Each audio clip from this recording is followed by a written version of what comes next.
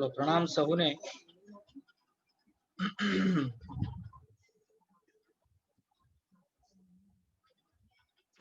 वर्गनी शुरुआत करशु।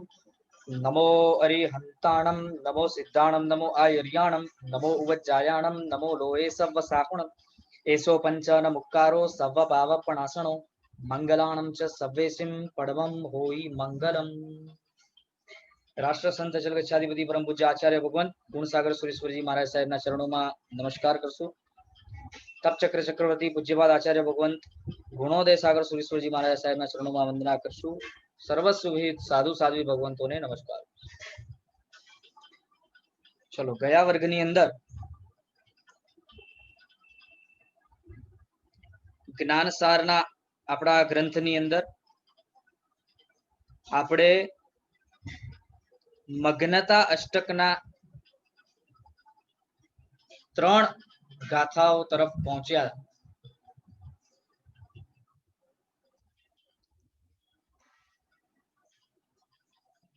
तो एक वखत फरी आपणे जोई लईए के ते 3 गाथाओनी अंदर विशेष शुं हतुं। त्यारबाद फरी आपणे आगळनी गाथाओं तरफ वधशुं।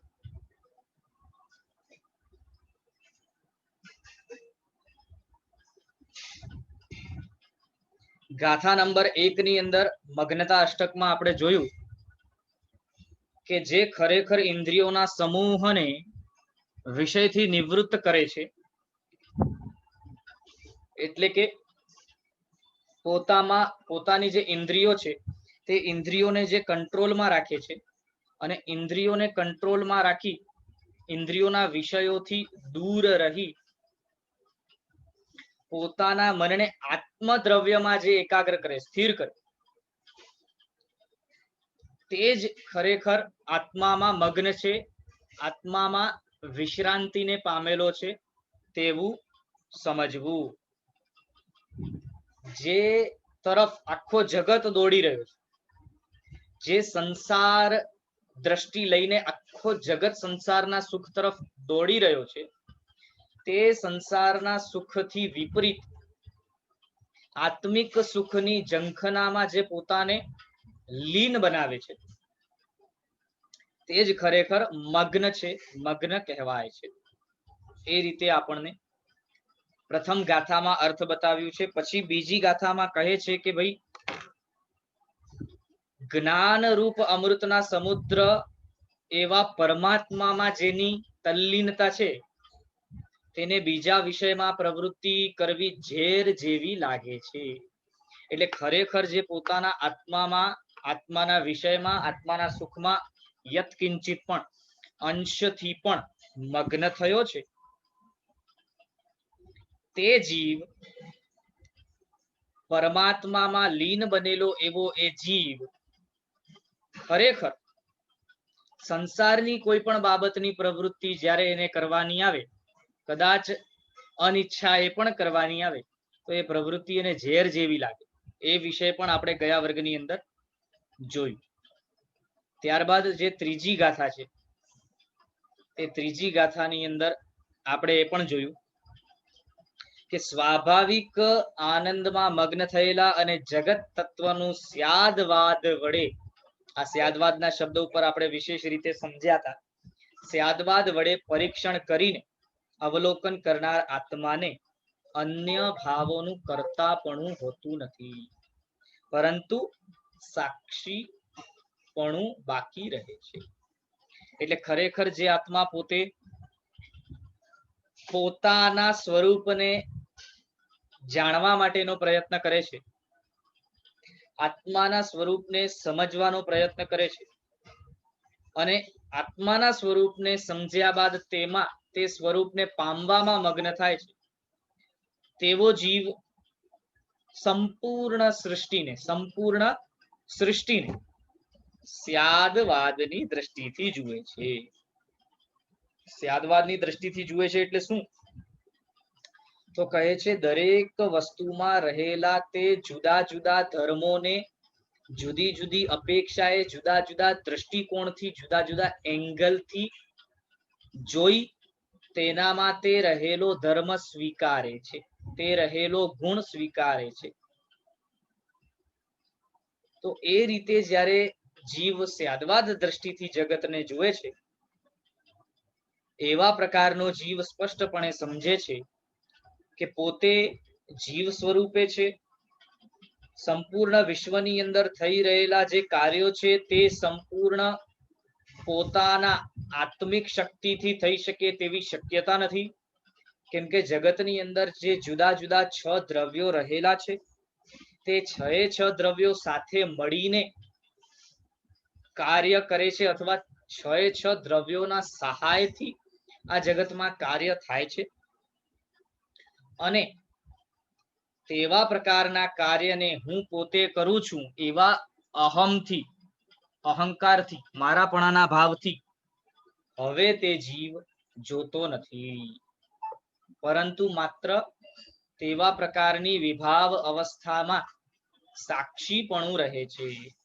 એટલે કે મારી હાજરીમાં આવા નહીં કરવા યોગ્ય કાર્ય મારાથી થયા, એ નથી કરવા જેવા, તજવા જેવા છે એવા પ્રકારનું સાક્ષી ભાવ હોય, પરંતુ આ મારા દ્વારા થાય છે અથવા તો હું જ આ કરી શકું છું, મારામાં એટલી તાકાત છે કે હું આ કરી શકું છું, મારા વિના કોઈ જગતમાં કરી શકે નહીં, આવા પ્રકાર એ કરતા ભાવ છે, એ કરતા ભાવ અહીં હોતો નથી. આગળ ત્રીજી ગાથા પૂર્ણ કર્યા બાદ ચોથી ગાથાથી શું કહેવા માંગે છે તેનું પણ હવે આપણે અર્થ સમજવાનો પ્રયત્ન કરશું.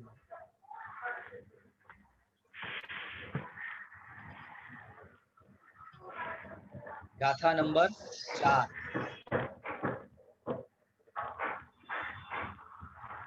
ઉચ્ચાર આ પ્રમાણે: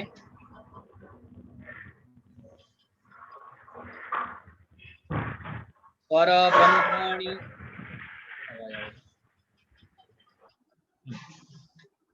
તો ગાથા નંબર 4 નો ઉચ્ચાર આ પ્રમાણે: પરબ્રહ્મણિ મગ્નસ્ય શ્લયા પૌદ્ગલિકી કથા ક્વામી ચામી કરોન્માદા સ્વારા દારાદરા કવચ. ફરી એક વાર: પરબ્રહ્મણિ મગ્નસ્ય શ્લ્યથા પૌદ્ગલિકી કથા ક્વામી ચામી કરોન્માદા સ્વારા દારાદરા કવચ. હવે આમાં શું કહે છે એ પણ આપણે જોવાનો પ્રયત્ન કરશું. એક વસ્તુ આપણે ફરી વિશિષ્ટપણે સમજી લઈએ કે આપણે જ્ઞાનસાર ગ્રંથ ભણી રહ્યા છે. હવે આ જ્ઞાનસાર ગ્રંથની અંદર સર્વપ્રથમ અષ્ટક પૂર્ણતા અષ્ટક બતાવ્યું, ત્યાં આપણને સર્વપ્રથમ તો આપણો લક્ષ્ય બતાવ્યો કે ભાઈ જીવ પોતે પોતાને ગુણોથી પૂર્ણ જ્યાં સુધી સ્વીકારતો નથી, અને પોતાને ગુણોથી પૂર્ણ સ્વીકાર્યા બાદ તે રીતે પોતે તે પૂર્ણતાના લક્ષ્યને બાંધીને તે તરફ આગળ વધતો નથી, ત્યાં સુધી તે પોતે દુઃખથી મુક્ત થઈ શકતો નથી. અને માટે જ સર્વપ્રથમના અષ્ટકમાં આપણને આપણો લક્ષ્ય બતાવ્યું. હવે તે લક્ષ્ય સુધી પહોંચવા માટે શું કરવાનું છે? તો કહે છે લક્ષ્ય સુધી પહોંચવું હશે ને તો સર્વપ્રથમ લક્ષ્યમાં મગ્નતા જોઈશે. આપણને અર્જુનની કથા તો બરાબર બધાને ખ્યાલ જ છે. જેમ અર્જુનને બરાબર પોપટની આંખ દેખાતી હતી, એ પોપટની આંખ એનું લક્ષ્ય છે, પણ લક્ષ્યને એમને એમ પ્રાપ્ત કરી શકાય તેવું નહોતું.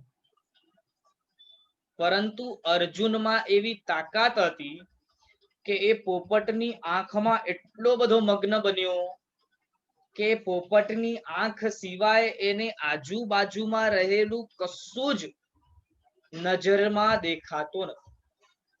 અને માટે તે પોપટની આંખના લક્ષ્ય સુધી પહોંચ્યો.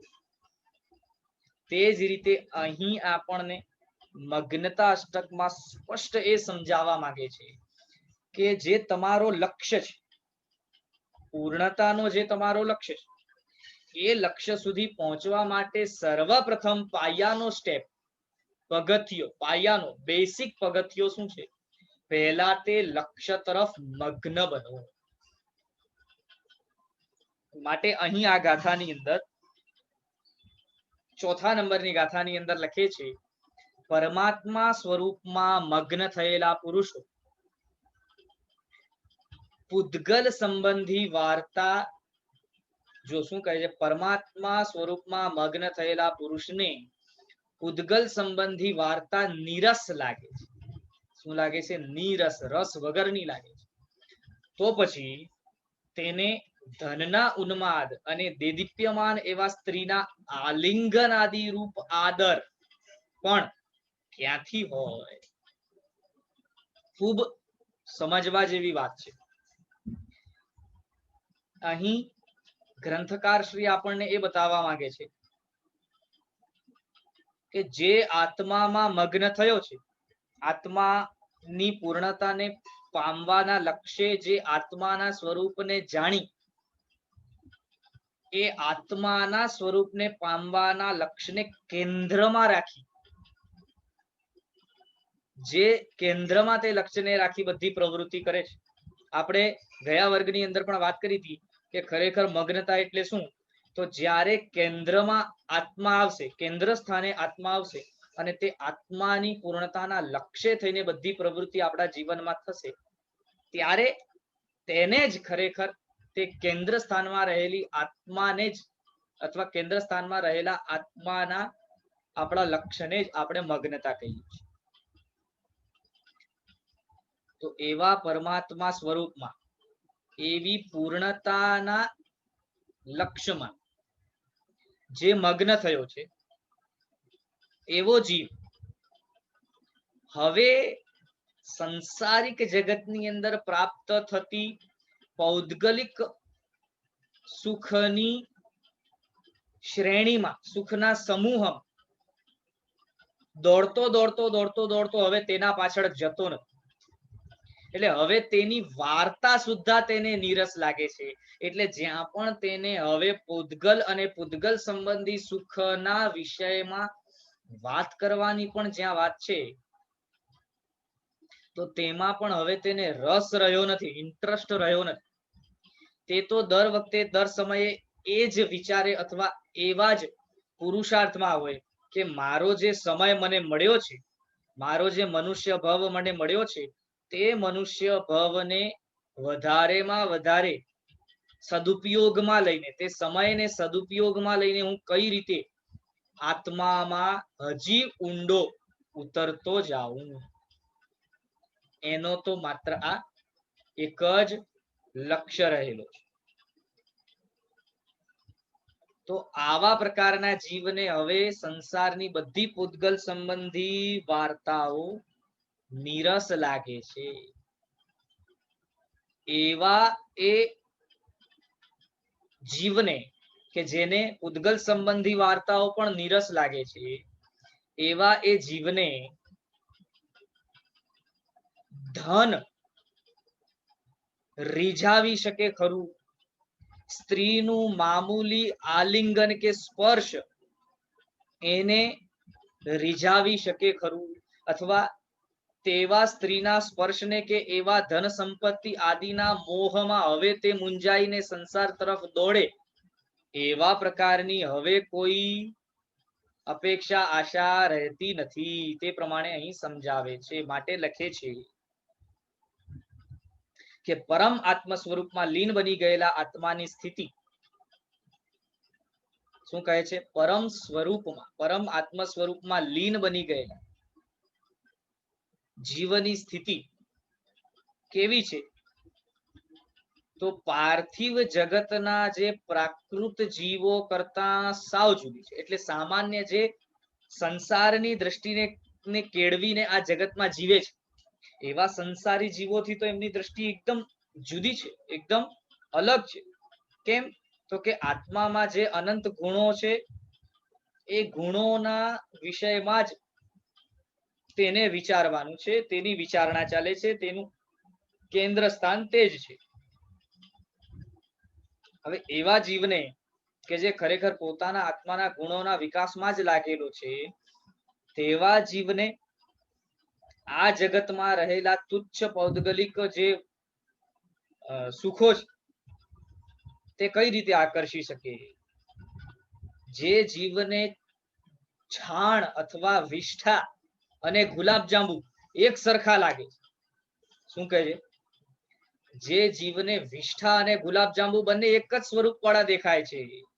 ભલે વ્યવહારની દ્રષ્ટિએ આપણે ગુલાબજાંબુને મિષ્ટાન તરીકે કહીએ છીએ, એમાં જુદો પ્રકારનો એક સ્વાદ છે, એમાં રસનેન્દ્રિયને પોષવાની અમુક પ્રકારની જે અવસ્થા રહેલી છે, તે અપેક્ષાએ આપણે તેને વ્યવહારમાં મિષ્ટાન તરીકે કહીએ છીએ.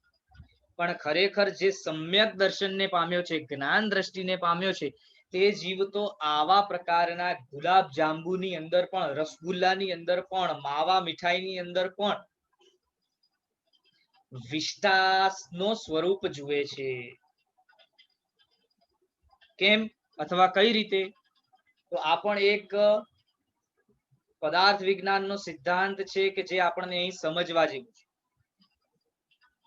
શાસ્ત્રકાર ભગવંતો કહે છે કે આ જગતની અંદર જેટલી પણ વસ્તુમાં વર્ણ, ગંધ, રસ અને સ્પર્શ છે, વર્ણ, ગંધ, રસ અને સ્પર્શ એટલે કલર, ટેસ્ટ, ટચ અને સ્મેલ. આ ચાર વસ્તુઓ જે વસ્તુમાં રહેલી છે, આ ચાર ગુણો જે વસ્તુમાં રહેલા છે, તે વસ્તુ પૂદગલથી બનેલી છે, પૂદગલમય બનેલી છે. અને પૂદગલનું તો સ્વરૂપ જ પૂર્ણ ગલન થવાનું છે, પ્લસ માઇનસ થવાનું તેનું સ્વરૂપ છે, તેનો સ્વભાવ છે. હવે આવી કન્ડિશનમાં જ્યારે પૂદગલથી બનેલી વસ્તુ હોય, તો તે વિષ્ઠા હોય કે ગુલાબજાંબુ, બંને આખરે વર્ણ, ગંધ, રસ અને સ્પર્શને ધરાવતી પૂદગલથી બનેલી વસ્તુઓ છે. તો મૂળ સ્વરૂપે બંનેનો સ્વભાવ તો સેમ જ છે. વિષ્ઠા હોય ચાહે ગુલાબજાંબુ, મૂળથી તો બંને પૂદગલ છે, એટલે મૂળથી તો બંનેમાં પૂર્ણ ગલનનો સ્વભાવ છે, એટલે મૂળથી તો તે કોઈ પણ જીવને કાયમ ખાતે તૃપ્ત કરી શકે કે સુખી કરી શકે, તેવા પ્રકારનો સ્વભાવ તે વસ્તુમાં રહેલો જ નથી. તેવી દ્રષ્ટિ, તેવી સ્યાદવાદ દ્રષ્ટિ, જે ત્રીજી ગાથામાં આપણે સમજ્યા, તેવી સ્યાદવાદ દ્રષ્ટિ આ જીવને હવે ખુલી છે, સ્પષ્ટ છે. માટે ગુલાબજાંબુમાં પણ વિષ્ઠાના દર્શન કરનારા એવા જીવને, અથવા તો સુંદર સુરોમય સંગીતને પણ ઘોંઘાટ સ્વરૂપ સમજનારા, સાંસારિક ઘોંઘાટ સ્વરૂપ સમજનારા તે જીવ માટે હવે ધન સંપત્તિ અને સ્ત્રીનો સ્પર્શ આદિ શું વિસાતમાં છે. એટલે હવે તેવા પ્રકારના કોઈ પણ રસ તેને આકર્ષિત કરતા નથી, તેને ખેંચી શકતા નથી. માટે એવા જીવમાં એવી તાકાત પેદા થાય છે કે તે વધારે ને વધારે મગ્ન બનીને આત્મ સ્વરૂપને પામી શકે, આત્મ વિકાસ કરી શકે. હા, જો તે જ્યારે પોતે જીવ જ્ઞાન દ્રષ્ટિને પામ્યો નહોતો, અથવા આત્માને કેન્દ્રમાં રાખીને મગ્ન થયો નહોતો, સંસારિક સુખ જ કેન્દ્ર સ્થાને જ્યાં સુધી હતું, સ્યાદવાદ દ્રષ્ટિ જે જીવની જ્યાં સુધી ખુલી નથી, ત્યાં સુધી તો આ ભૌતિક જગતના આ સંસારમાં રહેલી તુચ્છથી તુચ્છ વસ્તુ પણ તેને આકર્ષી શકે તેવી અવસ્થા જીવની રહે છે. પણ એક વખત જો જીવ ખરેખર આત્મામાં મગ્ન બન્યો, સ્વ સ્વરૂપમાં મગ્ન બન્યો, તો હવે સુંદર રૂપવંતી સ્ત્રીનો સ્પર્શ હોય, કે ધન સંપત્તિ આદિનું વૈભવ હોય, હવે આ બધી વસ્તુ તેને લુભાવી શકે, કે તેને પોતાના વશમાં કરી શકે, કે તે બધી વસ્તુના વિષયમાં વિચારણા કરીને તેની પાછળ દોડવા માટેનું પ્રયત્ન હવે તે જીવ પોતાના જીવનમાં કરવાનો નથી.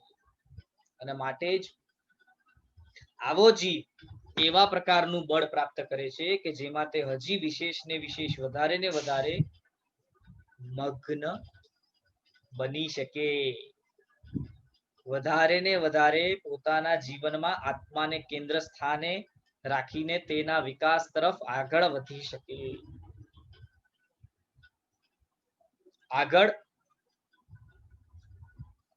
ગાથા નંબર 5.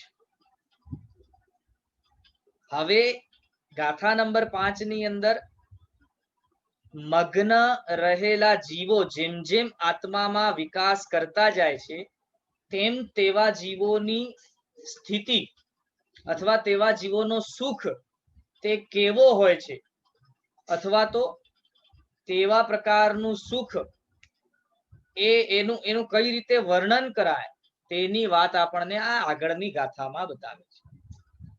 લખે છે ગાથાનો ઉચ્ચાર: તેજો લેસ્યા વિવૃદ્ધિર્યા સાધો પર્યાય વૃદ્ધિત ભાષિતા ભગવત્યાદૌ સેત્થમ ભૂતસ્ય યુજ્યતે. ફરી એક વખત: તેજો લેસ્યા વિવૃદ્ધિર્યા સાધો પર્યાય વૃદ્ધિત ભાષિતા ભગવત્યાદૌ સેત્થમ ભૂતસ્ય યુજ્યતે.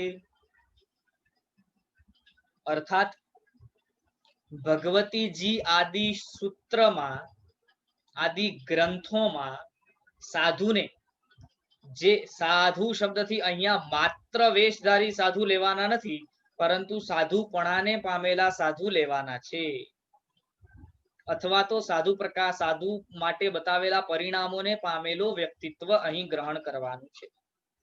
તો ભગવતીજી સૂત્ર, ભગવતીજી આદિ ગ્રંથોમાં સાધુને જે તેજો લેશિયાની વૃદ્ધિ, માસાદિ ચારિત્ર પર્યાયની વૃદ્ધિ થવાથી કહેલી છે, તે આવા પ્રકારના જ્ઞાનમગ્ન આત્મામાં ઘટે છે. શું કહ્યું? ભગવતીજી સૂત્ર આદિ વિશેષ ગ્રંથોની અંદર સાધુ માટે એવા વચનો કહેલા છે કે જે જીવ પોતે સાધુ બને, અથવા જે જીવ પોતે પોતાના આત્મામાં મગ્ન બને અને નિરંતર મગ્નતામાં આગળ વધતો જાય, તે જીવ 1 મહિનાના તેવા સાધુપણાના અભ્યાસથી, 1 મહિનાના પોતાના સાધુપણાના અભ્યાસથી વ્યંતર દેવોને પ્રાપ્ત થયેલા સુખથી પણ વધારે સુખ પામે છે. 1 મહિનાની વાત, એમ કરતા કરતા 2 મહિના, 4 મહિના, 6 મહિના, 8 મહિના જુદા જુદા બધા પક્ષો બતાવ્યા છે, અને ધીરે ધીરે ધીરે ધીરે 1 વર્ષ સુધીના તેવા પ્રકારના સાધુપણાને પાળવાથી, એટલે કે આત્માની મગ્નતા રૂપ ધર્મને પાળવાથી અનુત્તરવાસી દેવોના સુખને પણ વટાવી જાય. શું કહે છે? અનુત્તરવાસી દેવોના સુખને પણ વટાવી જાય તેવા પ્રકારના સુખનું, તેવા પ્રકારના આનંદની પ્રાપ્તિ સાધુ ભગવંતોને થાય છે. અને આવા ભગવતીજી આદિ ગ્રંથોમાં જે વચનો લખ્યા છે, તે વચનો ખરેખર આવા જ્ઞાનમગ્ન સાધુઓ માટે લખ્યા છે. આવા એટલે કેવા? તો ઉપરના ગાથાઓમાં જે આપણે મગ્નતાનો વિશેષણ, જુદા જુદા વિશેષણોથી મગ્નતાને સમજ્યા, તેવી મગ્નતાને ધરાવનારા પુરુષો ખરેખર એવા સુખને પામે છે.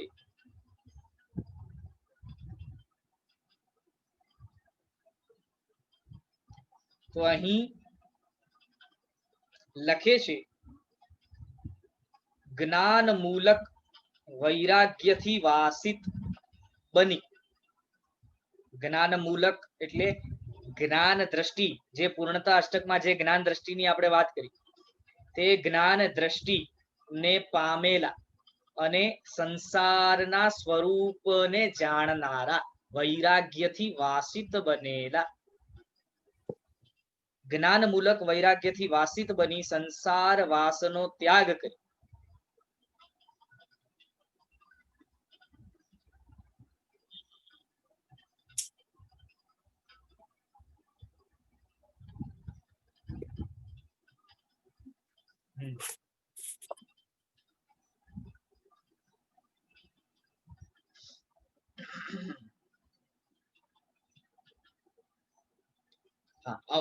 જ્ઞાન મૂલક વૈરાગ્યથી વાસિત બની સંસાર વાસનો ત્યાગ કરી જે આત્મા સાધુ બન્યો. હવે જુઓ, મગ્નતા જ્યારે જીવનમાં આવે છે, સંસારનું સ્વરૂપ જે જીવ ખરેખર સમજે છે, તે વધારે વાર, વધારે સમય, વધારે કાળ સંસારની અંદર રહી શકતો નથી. સંસાર પછી તેને કાટવા માટે દોડે છે. સંસારના એવા પાપમય જીવનને હવે તે સ્વીકારી શકતો નથી. તો તેવો જીવ જ્યારે પોતે સંસારનો ત્યાગ કરીને સાધુ બને, જ્ઞાન દર્શન ચારિત્રમાં પોતે સુખ માણવા માટેનું જે જીવન છે તે જીવન સ્વીકારે, જ્ઞાન દર્શન ચારિત્રની આરાધના કરીને જ્યાં સુખ પ્રાપ્ત થઈ શકે તેવા સુખને પ્રાપ્ત કરવા વાળું જે જીવન છે, એ જીવન જ્યારે જીવ સ્વીકારે, ત્યારે એ દિવસે સાધુપણું લીધું એ દિવસેથી કરીને જ્ઞાન દર્શન ચારિત્ર માં વૃદ્ધિ થતી જાય. અને એમ કરતા કરતા કરતા લખે છે કે અપૂર્વ આનંદનો અનુભવ મળતો જાય. બીજે દિવસે આનંદ વૃદ્ધિ પામે, ત્રીજે દિવસે હજી આનંદ વિશેષ વૃદ્ધિ પામે. એમ કરતા કરતા મહિનો પૂર્ણ થતા તેનો આનંદ દૈવિક સુખોમાં નિરંતર રમણ કરતા વ્યંતર દેવોના આનંદને પણ વટાવી જાય છે. પછી મનુષ્ય લોકના તુચ્છ અને ગંદા સુખો તરફ તો એની દ્રષ્ટિ જાય જ ક્યાંથી? આપણને જે સુખોમાં મજા આવે છે, જે ભૌતિક સંસારિક વસ્તુઓમાં રચી પચીને આપણે જે સુખનો અનુભવ કરીએ છીએ, એવા તુચ્છ પૌદ્ગલિક સુખમાં જે આનંદ મળે છે, તેવા આનંદને હવે તેવા સાધુઓ પાછળ વળીને જોવા માટે પણ તૈયાર નથી. કેમ કે એનાથી પણ વિશેષ પ્રકારનો જ્યારે આનંદ પ્રાપ્ત થતો હોય તો તુચ્છ આનંદમાં કોણ રાચે? માટે લખે છે કે એમ કરતા કરતા દિન પ્રતિદિન જ્ઞાન દર્શન ચારિત્રમાં પૂર્ણતાના આનંદમાં એ એટલો બધો મગ્ન બની જાય કે 12 મહિનાના અંતે તો અનુત્તર દેવમાં જે સુખો, અનુત્તર દેવના જે સુખો પણ તેને આકર્ષી શકતા નથી. એનાથી પણ વધારે સુખ એમને પ્રાપ્ત થાય. અહીં સુખને ગાથાની અંદર તેજોલેશિયા શબ્દથી વર્ણવ્યો છે. ચિત્તનો જે આત્માનો જે સુખ છે, આત્મામાં ગુણોનો જે વિકાસ થાય અને એનાથી જે સુખ પ્રાપ્ત થાય છે, તે સુખને અહીં તેજોલેશિયા શબ્દથી વર્ણવ્યો છે. હવે આ તેજોલેશિયા ગોશાળાએ જે પરમાત્મા ઉપર તેજોલેશિયા ફેંકી, એ તેજોલેશિયા સાથે તેને સરખામણી તેની કરવાની નથી. એ તેજોલેશિયા જુદી, આ તેજોલેશિયા જુદી.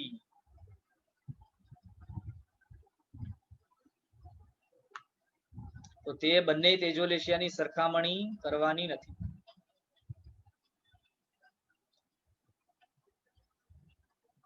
તો કહે છે કે એ ચિત્તનું સુખ 12 મહિનાના અંતે તો પરાકાષ્ઠાએ પહોંચે. આવા પ્રકારનું સુખ જ્યારે સાધુને થતો હોય, પ્રાપ્ત થતો હોય, તો આવા પ્રકારના સુખને પ્રાપ્ત કરનારા સાધુઓ હવે ફરી પાછળ વળીને ધન સંપત્તિ, સ્ત્રી આલિંગન, વસ્તુ આદિકનાથી પ્રાપ્ત થતા સુખને જોવાની તસ્તી પણ લેતા નથી, જોવાની જરૂર જ નથી. કેમ કે જ્યારે વિશિષ્ટ પ્રકારનું સુખ પ્રાપ્ત થયું છે, તો હવે તુચ્છ પ્રકારના સુખને જોવાની વાત જ ક્યાં આવે છે?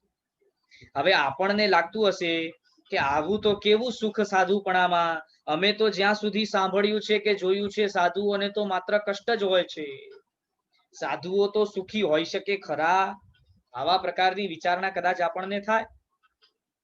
પરંતુ હજી સુધી આત્મામાં મગ્ન આપણે બન્યા નથી, આત્માના ગુણોથી પ્રાપ્ત થતા સુખને અંશથી પણ આપણે ચાખ્યો નથી, એનો અનુભવ કર્યો નથી. માટે કદાચ આપણને એવો પ્રશ્ન છે કે આવો સુખ આ જગતમાં હોઈ શકે ખરું, અથવા સાધુ આવા સુખી હોઈ શકે ખરા? પણ ખરેખર આ ગ્રંથકાર શ્રી સ્પષ્ટ સમજાવે છે કે જ્યારે આપણને આવો સુખ અંશથી પણ ચાખવા મળશે, ત્યારે આપણી જે અવસ્થા હશે, ત્યારે જે સુખનો આનંદ આપણને પ્રાપ્ત થશે, તે આનંદને એક વખત પણ પામ્યા પછી આ ભૌતિક જગતમાં રહેલા સુખો તરફ આપણે વળીને જોવાની પણ તૈયારી નહીં બતાવી. હવે એવા સુખની ખરેખર વ્યાખ્યા કરવી તો કઈ રીતે કરવી, એવા સુખને કઈ રીતે સમજવું, એને કોના સાથે કમ્પેર કરવું કે ભાઈ આ આત્માનો જો સુખ છે, જે સાધુ ભગવંતો એક દિવસ કે 4 મહિના કે 2 મહિના કે 12 મહિનામાં જે સુખ માણે છે, તે સુખ વળી કેવો છે, કોના સાથે તેને સરખાવી શકાય? તો તે વસ્તુને સમજાવવા માટે, બતાવવા માટે અહીં આ ગાથામાં કહે છે, જ્ઞાનમગ્નસ્ય યચ્છર્મ તદ્વક્તુમ નૈવ શક્યતે. શું કહે છે?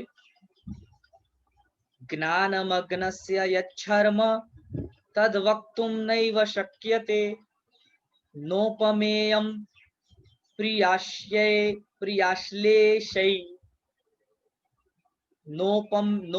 નોપમેયં પ્રિયાશ્લેષૈર નાપી તચ્છંદ ન દ્રવૈ. અર્થાત જ્ઞાનમાં મગ્ન થયેલાને જે સુખ છે, જ્ઞાન મગ્નસ્ય યચ્છર્મ એટલે જ્ઞાનમાં મગ્ન થયેલાને જે સુખ છે, તે કહી શકાય તેવું નથી.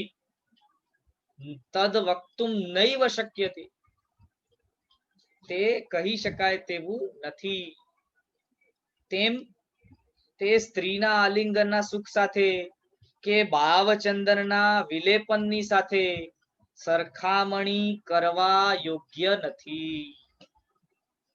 સ્પષ્ટપણે આપણને આ ગાથામાં કહે છે કે ભાઈ જે સુખની ઉપરની ગાથામાં વાત કરી, 1 દિવસ 2 દિવસ 5 દિવસ 1 મહિનો 4 મહિના એમ થતા જે સુખ, આત્મિક સુખની વૃદ્ધિ થાય છે, તે વૃદ્ધિને પામતો આત્મિક સુખ કેવો છે, તેને સમજવું શબ્દોમાં શક્ય નથી. તે સુખને આપણે કોઈક વસ્તુ કે કોઈક વ્યક્તિ આદિથી પ્રાપ્ત થતા સુખ સાથે કમ્પેર કરીને તેને શબ્દોથી સમજાવી શકીએ તેવી અવસ્થા જ નથી. કેમ કે જે સુખ અનુત્તરવાસી દેવોને પણ પ્રાપ્ત થતા સુખને વટાવી જાય, એવા પ્રકારનો સુખ વળી એ સુખ તો આત્માના આંશિક સુખનો અનુભવ છે. જે સાધુ ભગવંતો 1 વર્ષના ચારિત્રને પાળવાથી જે સુખનો અનુભવ કરે છે, તે સુખ તો હજી આત્માથી પ્રાપ્ત થતા સુખના બિંદુ સ્વરૂપ જ છે. અને એવો સુખ પણ જો અનુત્તરવાસી દેવોના સુખને વટાવી જાય, તો પછી પૌદ્ગલિક જગતમાંથી પ્રાપ્ત થતા સુખ સાથે તેની સરખામણી કઈ રીતે? પૌદ્ગલિક જગતમાંથી પ્રાપ્ત થતા અથવા સ્ત્રીના આલિંગનથી પ્રાપ્ત થતા સુખથી, અથવા ચંદનને મસ્તક ઉપર લગાડીને, શરીર ઉપર લગાડીને તેની ઠંડકનો જે અનુભવ છે, તેનાથી જે સુખ પ્રાપ્ત, આવા પ્રકારના સુખોથી તેની સરખામણી થઈ કઈ રીતે શકે? એમ જ્ઞાની ભગવંતો આપણને અહીં સમજાવવા માંગે. અર્થાત સ્પષ્ટ એમ કહેવા માંગે છે કે આ સુખ તો ખરેખર એટલો બધો વિશિષ્ટ છે કે સામાન્ય ઉદાહરણોથી કે શબ્દોમાં ભૌગોલિક જગતના ઉદાહરણોથી તેને સમજાવી શકાય તેવી શક્યતા જ નથી, તે કમ્પેર કરી શકાય તેવી શક્યતા જ નથી. માટે એ રીતે અહીં કહે છે, જો લખે છે, એ સુખ જ્ઞાન મગ્નનું સુખ રૂપ સુંદરી સાથેના રમણમાંથી મળતા સુખ જેવું છે ના. એ સુખ ચંદનના વિલેપનમાંથી જન્મતા સુખ જેવું છે ના. તો કેવું છે તે સમજાવવા માટે આ વિશ્વમાં કોઈ ઉપમા જડતી નથી. એ સુખને સમજવા માટે, આ ખાસ સમજો, એ સુખને સમજવા માટે એનો અનુભવ કર્યા સિવાય બીજો કોઈ માર્ગ નથી. તો જે પોતે સંસારના સ્વરૂપને સમજે, આત્મામાં મગ્ન અંશથી બને, પછી એ મગ્નતાના કારણે જે સુખ ઉત્પન્ન થાય છે એ જીવ પોતે અનુભવીને જ તેને જાણી શકે. એના સિવાય બીજી રીતે એ સુખને જાણી શકવાનો કોઈ ઉપાય છે જ. બાહ્ય પદાર્થોમાંથી મળતા તમામ સુખોથી વિલક્ષણ, જિંદગીમાં કદી ન અનુભવેલું એ જ્ઞાન મગ્નતાનું સુખ એકાદ વાર પણ અનુભવી લેવામાં આવે, અનુભવી લીધા પછી તમે વારંવાર એ સુખનો ટેસ્ટ, સ્વાદ લેવા માટે સ્વભાવ દશા, ગુણ સૃષ્ટિ, આત્મ સ્વરૂપની પાસે આવવાના. તો આપણને ગુરુ ભગવંતો પોતાના શ્રી મુખેથી કેટલું પણ સમજાવે, કેટલું પણ આ આત્મિક સુખનું વર્ણન કરવાનો પ્રયત્ન કરે, છતાં પણ જ્યાં સુધી જીવ પોતે આત્મામાં મગ્ન બનતો નથી ત્યાં સુધી આ આત્મિક સુખના આંશિક સુખનો અનુભવ પણ જીવ પોતે કરી શકવાનો. અને જ્યાં સુધી જીવ પોતે આનો અનુભવ કરતો નથી ત્યાં સુધી એની મજા કેવી છે તે કઈ રીતે સમજી શકે.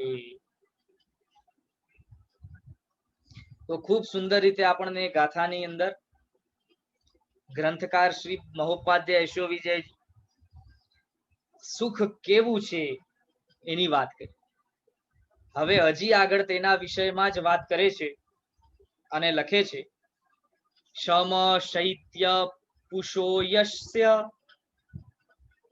વિપૃષોપી મહાકથા કિમ સ્તુમો જ્ઞાન પીયુષે તત્ર સર્વાંગ મગ્નતા. ફરી એક, શમ શૈત્ય પુષો યસ્ય વિપૃપોષપી મહાકથા કિમ સ્તુમો જ્ઞાન પીયુષે તત્ર સર્વાંગ મગ્નતા.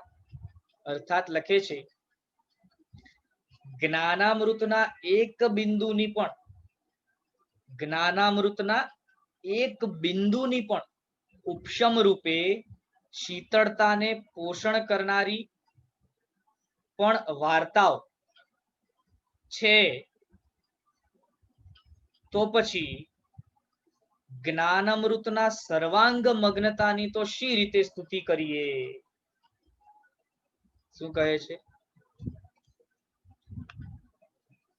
જીવ જ્યારે પોતે આત્મામાં મગ્ન બને છે અને મગ્ન બન્યા બાદ ધીરે ધીરે ધીરે ધીરે ધીરે ધીરે આત્મામાં વિકાસ કરતો કરતો કરતો કરતો જે જીવ અમુક પ્રકારના વિકાસને પામતો વિશેષ પ્રકારનો સુખ અનુભવ કરે છે, તે સુખને પણ અહીં આપણને બિંદુ સમાન કહ્યું. વાસ્તવિક આત્મામાં રહેલા સુખની પૂંજીની અપેક્ષાએ બિંદુ સમાન છે. હવે આવા બિંદુ સમાન સુખમાં પણ જો ભયંકરમાં ભયંકર ક્રોધ માન માયા લોભ રાગ દ્વેષ આદિથી તપ્ત પુરુષોના એ દુઃખને પીડાને શાંત કરવાની ઉપશમાવવાની તાકાત હોય અને એ જ્ઞાન બિંદુના કારણે ભલભલા એવા ત્રાસી ગયેલા પીડામાં રહેલા દુઃખી રહેલા જીવોએ પોતાના જીવનમાં તે દુઃખને ઉપશમાવ્યું છે, સુખને પામ્યા છે, એવી મહાકથાઓ આપણને ગ્રંથોની અંદર પ્રાપ્ત થાય છે.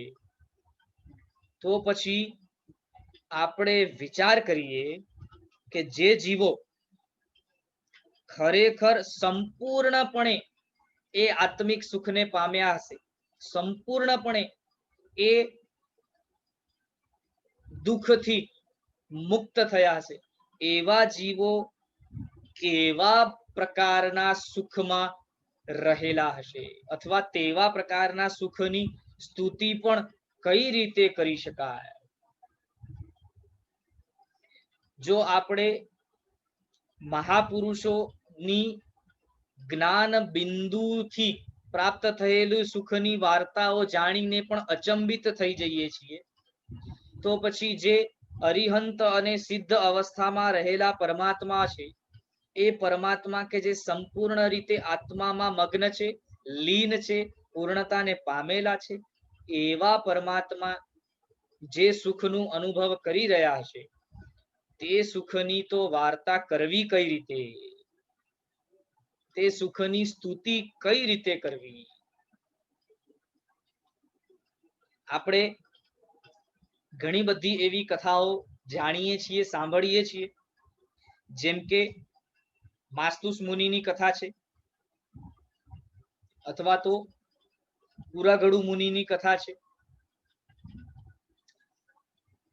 જેમના પાત્રામાં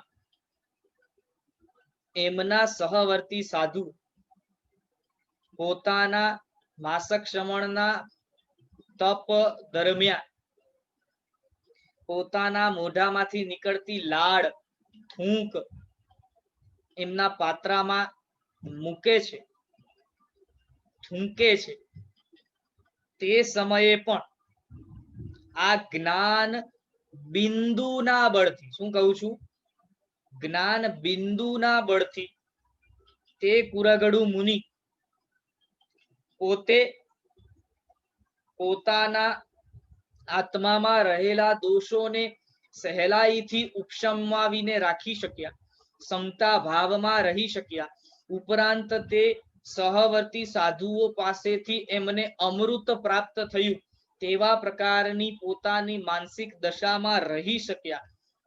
આ બળ, આ સુખ, આ સમતા, આ ધૈર્ય, આ સંતોષ પ્રાપ્ત થયું ક્યાંથી? આ જ્ઞાન બિંદુમાંથી. અને આવો આ જ્ઞાન બિંદુમાંથી પ્રાપ્ત થયેલો જો બળ આટલો બધો હોય કે ઠેઠ તેમને કેવળ જ્ઞાન સુધી પહોંચાડી શકે, એમને સતત સમતામાં રાખી શકે, એ થૂંકાયેલા પાત્રને પણ પોતે ભોજનમાં ગ્રહણ કરી શકે, આવા પ્રકારની શક્તિ જો એક જ્ઞાન બિંદુથી પ્રાપ્ત થાય, એવી વાર્તાઓ આપણને ગ્રંથોથી જાણવા મળે છે.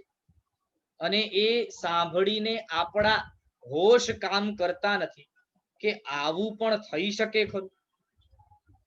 તો પછી જે પરમાત્માઓ સંપૂર્ણપણે તે સુખને પામ્યા, તેવા સુખની તો વ્યાખ્યા કરવી કઈ રીતે, તેની વાર્તા કરવાને કોઈ પણ કવિ, મહાકવિ સુદ્ધા સમર્થ નથી. પરમાત્મા અરિહંત કે સિદ્ધ જીવો જે સુખમાં લયલીન છે, તેવા સુખને સ્વયં પોતે અરિહંત પરમાત્મા પણ દેશનાની અંદર કહી શકે તેવી શક્યતા નથી. કેમ કે તેને વર્ણવી શકાય તેવા શબ્દો અથવા તેને શબ્દોમાં વર્ણવી શકાય તેવી શક્યતા નથી, છે જ નહીં. તેવી વાત અહીં આપણને કરે છે. તો આવા પ્રકારના ઉપશમ રસથી, અંશથી પણ આપણે યુક્ત થયા, આવા પ્રકારના જ્ઞાન બિંદુની જો આપણા જીવનમાં શરૂઆત થઈ તો વિકાસ કરતા કરતા કરતા કરતા કરતા મગ્નતામાં કેટલી બધી તાકાત છે કે ધીરે ધીરે ધીરે ધીરે ધીરે ધીરે આપણને એ આત્મિક સુખના પરાકાષ્ઠા તરફ લઈ જઈ શકે છે. આપણે ખાલી માત્ર વિચાર કરી શકીએ કે તે જીવો કેવા હશે કે જે જીવો પૂર્ણતાએ આત્મા આનંદમાં મગ્ન છે, સચ્ચિદાનંદમાં પૂર્ણ છે. અને હવે છેલ્લી ગાથાની અંદર એવી દશામાં રહેલા એવા જ્ઞાન બિંદુને પ્રાપ્ત કરનારા, આત્મામાં મગ્નતાને પ્રાપ્ત કરનારા એવા જે પુરુષો થઈ ગયા, વર્તમાનમાં તેવા જે પુરુષો છે અથવા ભવિષ્યમાં જે તેવા પુરુષો થશે, એવા પુરુષોને આ ગાથાની અંદર, એવા યોગીઓને આ ગાથાની અંદર નમસ્કાર કરવામાં આવે છે. લખે છે યસ્ય દ્રષ્ટિ કૃપા વૃષ્ટિર ગીર શમ સુધાકીર તસ્મૈ નમઃ શુભ જ્ઞાન ધ્યાન મગ્નાય યોગીને. ફરી એક, યસ્ય દૃષ્ટિર કૃપા વૃષ્ટિર ગીર શમ સુધાકીર તસ્મૈ નમઃ શુભ જ્ઞાન ધ્યાન મગ્નાય યોગીને. શું કહ્યું?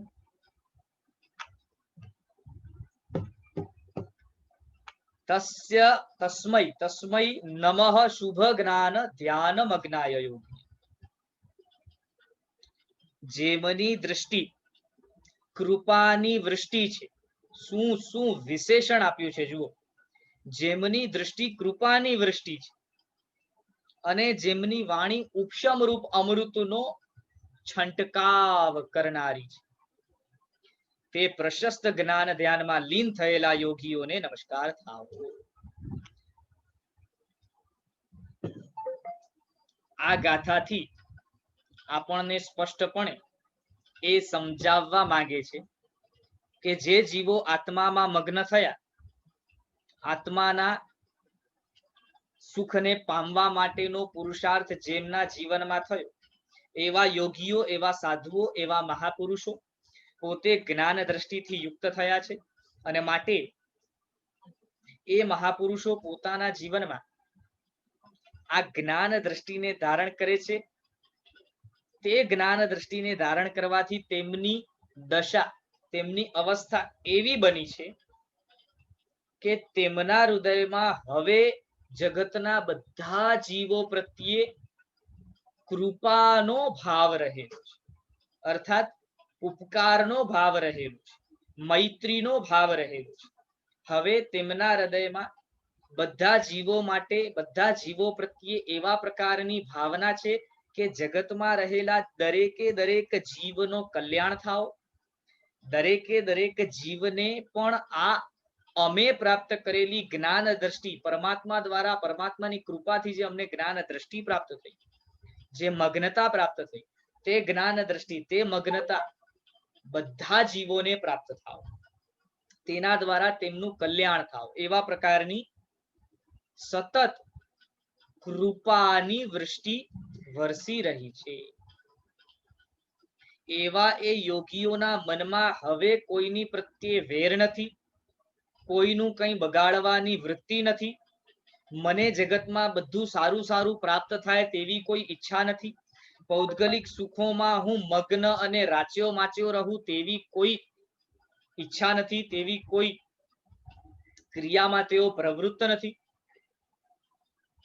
બધું જગતનું હું જૂટવીને નંબર 1 ઉપર આવી જાઉં એવા પ્રકારનું કોઈ કોમ્પિટિશન તેમના જીવનમાં નથી.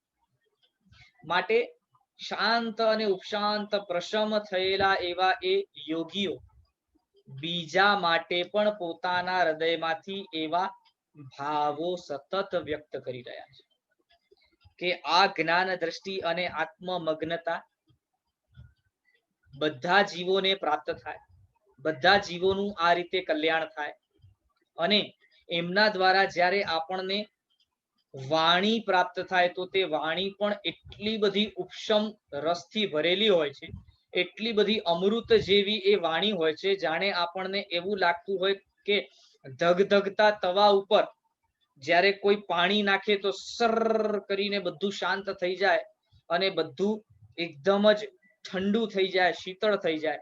તે રીતે આપણા આત્મામાં ધ્રુસકે અને ભડકે બળી રહ્યા જે કષાયો છે, એ કષાયો ઉપર એમની વાણી આ અમૃતનો છંટકાવ કરે એવી છે. અને એ છંટકાવ દ્વારા જાણે આપણે એકદમ શીતળતાનો અનુભવ ન કરતા હોઈએ તેવા પ્રકારની એમની આ વાણી થી યુક્ત આવા પ્રકારની કૃપા વૃષ્ટિથી અને ઉપશમ વાણીથી યુક્ત જ્ઞાન અને ધ્યાનમાં મસ્ત, જ્ઞાન અને ધ્યાનમાં લીન આવા આ જે યોગીઓ છે, એમને મસ્તકથી નમન કરે છે, નમસ્કાર કરે છે. નમસ્કાર હોજો. એ પ્રમાણે અહીંયા આ 8મી ગાથામાં આપણને બતાવે છે. તો આ રીતે અહીં આપણે મગ્નતા અષ્ટક પૂર્ણ કર્યું. હવે પૂર્ણતા આપણે સમજ્યા, ત્યારબાદ મગ્નતા પણ આપણે સમજ્યા. પૂર્ણતા એ લક્ષ્ય છે. પૂર્ણતાના લક્ષ્ય તરફ આગળ વધવા માટે સર્વપ્રથમ સ્ટેપ મગ્નતા છે. પણ હવે આગળના અષ્ટકમાં મગ્નતાને કઈ રીતે પ્રાપ્ત કરવી તેના માટેના પ્રયાસ રૂપ, તેના માટેના ઉપચાર રૂપ આપણને સ્થિરતા અષ્ટક બતાવે છે. જેમને ખરેખર પોતાના આત્મામાં મગ્ન થવું હોય તેમને પહેલા પોતાના મન વચન કાયાને સ્થિર કરવું પડશે. તો સ્થિરતા કોને કહેવાય, અસ્થિરતા કોને કહેવાય? જે અસ્થિર છે તેમની દશા કેવી છે, જે સ્થિર છે તેમની દશા કેવી છે, સ્થિરતામાં કેવી મજા છે, તે બધું આપણને સ્થિરતા અષ્ટકમાં બતાવશે. અને ત્યારબાદ સ્થિરતા પામવા માટે આગળ અમોહ નામનું અષ્ટક આવશે. એમ કરતા કરતા એકબીજાથી રિલેશનમાં આગળના અષ્ટકો આપણને આપતા જશે. તો આ રીતે આપણે ધીમે ધીમે આગળ વધતા જશું. એક એક અષ્ટક આદિને જાણીને આપણે આગળ વધતા જશું. આશા છે આપ સહુને આ ગ્રંથના વિષયો સમજાતા હશે. જેમને પણ આ ગ્રંથની અંદર જોડાવવું હોય તેઓ જલ્દીથી જલ્દી જોડાઈ જજો. કેમ કે હવે મને લાગે છે 1-2 વર્ગ પછી આપણા ક્લાસ જે છે એ નવી આઈડી ઉપર ચાલુ થઈ જશે. તો એ નવી આઈડી ઉપર પણ આપ જોડાઈ શકો એના માટે આપને રેજીસ્ટર કરવું પડશે. ચલો, આટલા વિષયમાં હજી કોઈને કાંઈ પ્રશ્ન હોય તો આપ પૂછો.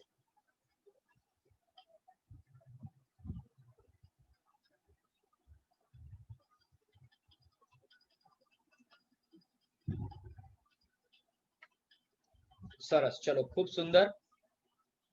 તો 2 અષ્ટક આપણા પૂર્ણ થયા, પૂર્ણતા અને મગ્નતા. હવે આવતા વર્ગથી આપણે સ્થિરતા નામનો ત્રીજો અષ્ટક જે છે તે શરૂ કરશું અને એમ કરતા આગળ વધતા જશું. આજ માટે આપણે આટલું રાખીએ.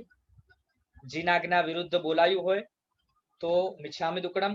સર્વ મંગલ માંગલ્યમ સર્વ કલ્યાણ કારણમ પ્રધાનમ સર્વધર્માણામ જૈનમ જયતિ શાસનમ જીન શાસન દેવ કી જય. પ્રણામ બધાને. સૌ શાતામાં રહેજો.